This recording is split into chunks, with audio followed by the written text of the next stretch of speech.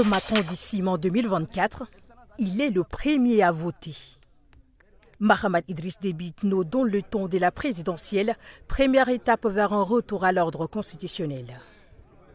3 ans plus tôt, il succédait à son père Idriss Déby Itno, tué lors d'une offensive rebelle à l'est du pays. Une prise de pouvoir militaire prolongée par une transition dirigée par le fils et ses compagnons d'armes. Face à lui, un ancien opposant devenu Premier ministre, Succès Masra, de retour d'exil après la répression meurtrière des manifestations du 20 octobre 2022. Le scrutin met aux prises les 2 favoris, mais l'annonce des résultats, la tension monte. Succès Masra revendique la victoire. La CENI tranche, 61,3% pour Mahamat Idriss Déby Itno, sous la bannière de la coalition pour un Tchad uni. Les transformateurs contestent avant de finir par reconnaître les résultats. En retrait, le groupe de concertation des acteurs politiques maintient sa ligne. Boycott du processus, accusation de manque de transparence. 1 an plus tard, leur position reste inchangée. La page de la transition est tournée, mais les fractures politiques, elles, restent bien présentes. 2 centrales solaires, 15 MW de puissance, un système de stockage de 5 MW et 48 488 panneaux à déployer sur 3 sites. L'objectif, injecter 65 GW par heure dans le réseau de la capitale, de quoi couvrir les besoins d'environ 260 000 habitants. Pour la Banque mondiale, principal bailleur, ce projet est un véritable levier de développement pour le Tchad. Le Tchad a toutes les possibilités de se développer.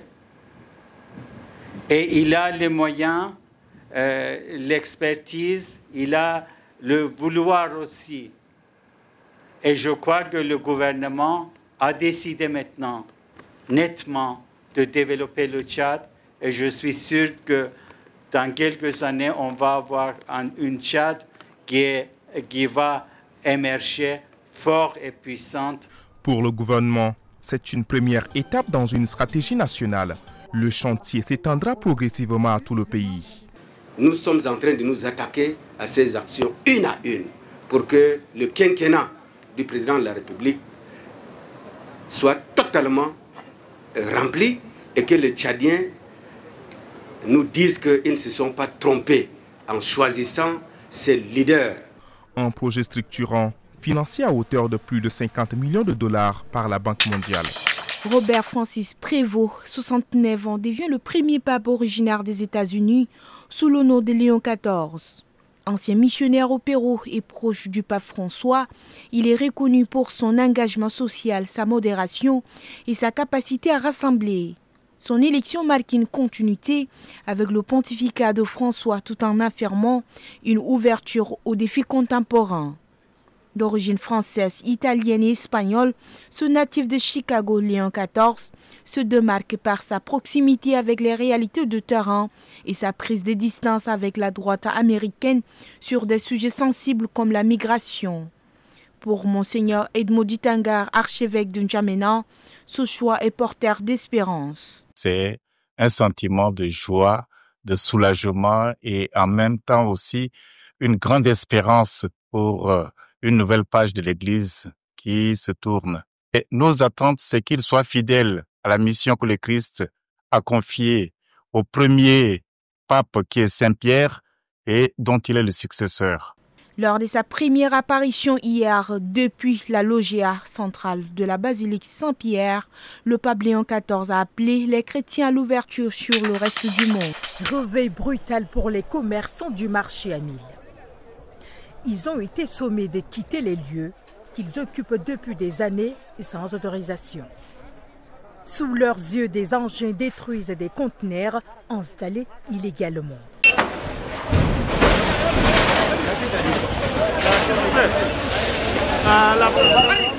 Une opération baptisée « Libérer les voies publiques » lancée depuis quelques jours par les autorités de la ville. Ce qu'on est en train de faire, c'est pas pour mettre en mal les gens, c'est pas pour chasser les gens, mais pour faire une capitale. Pour faire une capitale, il faut qu'il y ait des sacrifices. tant qu'on ne consentit pas de sacrifice, on ne peut pas avoir une vie. Parce que quand vous venez au marché, par exemple, vous ne pouvez pas circuler.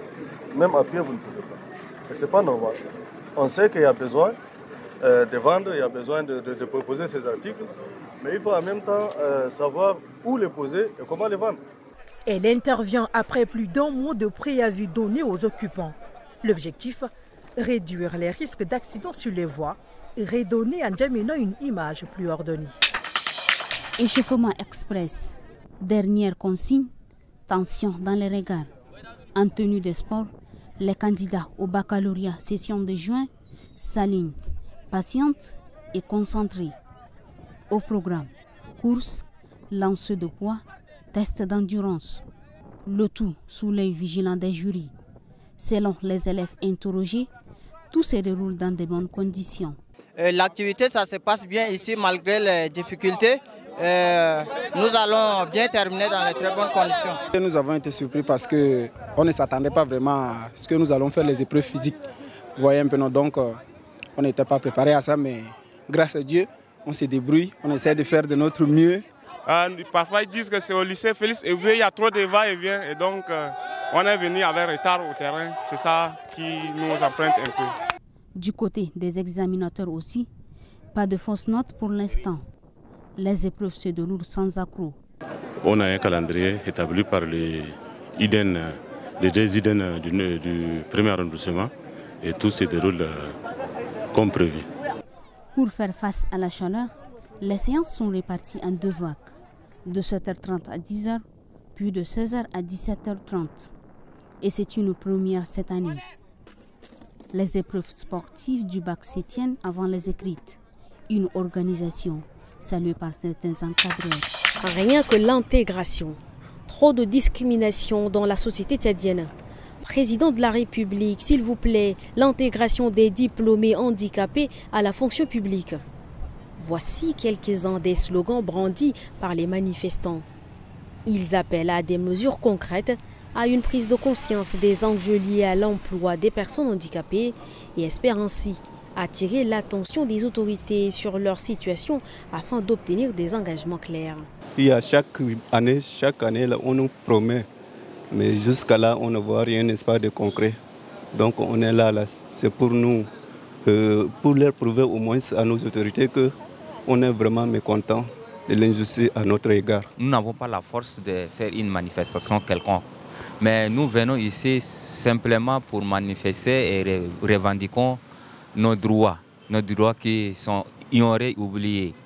Aller étudier en tant que personne handicapée que je suis là, c'est pas facile, même les gens qui sont bien portants même là, pour aller étudier, c'est pas facile.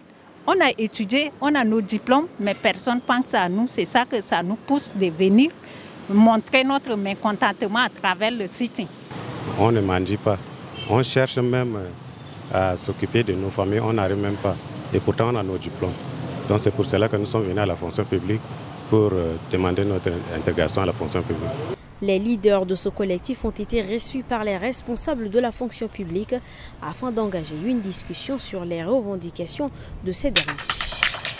Placé sous le thème « Modernisation du système de santé pour accélérer la mise en œuvre de la couverture santé universelle », dans un contexte de ressources limitées, cette rencontre a permis de débattre des problèmes et des défis du secteur de santé et d'évaluer les résultats des plans d'action mis en œuvre au cours de l'année 2024, aussi bien au niveau central que dans les projets, programmes et hôpitaux nationaux.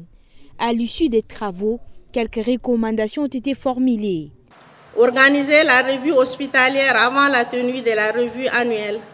Poursuivre le suivi de la mise en œuvre des recommandations formulées issues de l'évaluation des établissements privés de formation en santé. Généraliser la revue morbitalisée dans tous les établissements sanitaires du pays en mettant l'accent sur la mortalité maternelle et néonatale. L'occasion pour la ministre secrétaire d'État à la santé publique et à la prévention Baïdédi Dekandi Francine d'énumérer quelques faiblesses dans le secteur.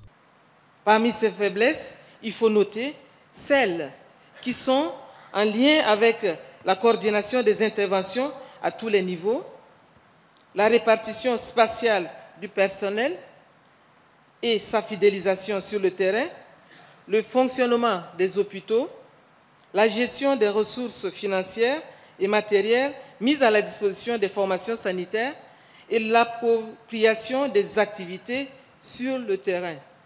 Cette session annuelle a réaffirmé que la santé est au cœur de tout développement humain. À bord du tractopelle, le ministère de l'Aménagement donne le coup d'envoi. L'opération du curage des caniveaux est officiellement lancée dans la capitale. Objectif, débarrasser les caniveaux de drainage des ordures et obstacles avant l'arrivée des premières pluies. Et donc nous voudrons cette fois-ci que les effets dévastateurs des inondations soient vraiment réduits et qu'ensemble nous puissions réussir ce processus qui ne fait que démarrer parce que ce n'est pas le seul. D'autres activités suivront également. L'opération est soutenue par la Banque mondiale à travers le projet Pilier. L'objectif du projet Pilier que nous finançons, c'est d'avoir une belle ville, une ville forte et une ville qui est préparée, très bien préparée contre les inondations. Une véritable course contre la montre avant les premières pluies. Le ministre appelle les équipes engagées à tenir parole. Si un travail est mal fait, l'entreprise va reprendre ce travail-là.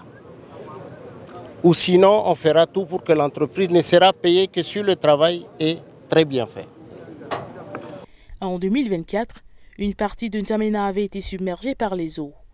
Ces curages visent à prévenir de nouvelles inondations et à épargner la capitale d'un scénario déjà vécu.